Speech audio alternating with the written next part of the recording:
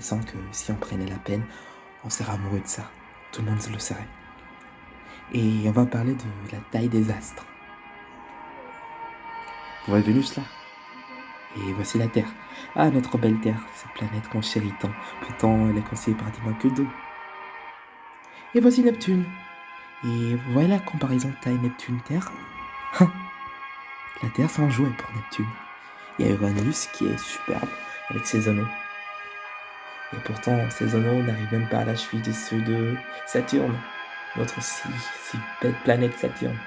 Elle fait une fierté pour tout notre système solaire, en fait. Et Jupiter, avec sa taille, sa grosse taille, franchement, c'est un gros coup. Pourtant, Jupiter, c'est rien du tout par rapport au Soleil. Vous voyez la différence? C'est énorme. Et notre Soleil, il est petit par rapport à Sirius A, que je vous ai montré hier. Et Sirius A, c'est un enfant pour Pollux. Et pourtant, ça continue ainsi. Il y a des étoiles de ouf sur notre système solaire, sur notre galaxie en fait. Arcturus. Et surtout celle dont je voudrais surtout le plus parler, c'est Betelgeuse, mais elle arrive. Avant, il y a Aldébaran.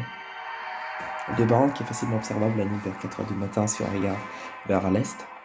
Rigel, facilement réparable avec sa couleur et sa constellation d'Orion. Et t'as Carina qui s'inspire de la mythologie grecque, qui est une étoile binaire. Le Hypergiant. Malheureusement, on ne peut pas la voir facilement, sauf avec un spectromètre, en Cassiopée. On arrive. Après, on a normalement Antares, qui vient de la constellation des Scorpions, l'une de mes constellations préférées quand même. Antares est tout simplement magique et hyper géante. Et voici Betelgeuse. Ah, Betelgeuse. Si on devait parler d'elle, on prendrait tellement de temps. Elle est visible, même si, en fait, la taille des étoiles ne correspond pas à la taille qu'on en voit depuis nos yeux sur Terre.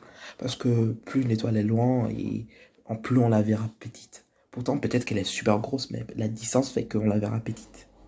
Donc, c'est pas du tout l'étoile la plus brillante du ciel. Parce que l'étoile la plus brillante du ciel, chez nous, sur Terre, c'est Sirius A. Mais Betelgeuse, elle est pratiquement 1000 fois plus grosse que Sirius A. C'est dingue, non?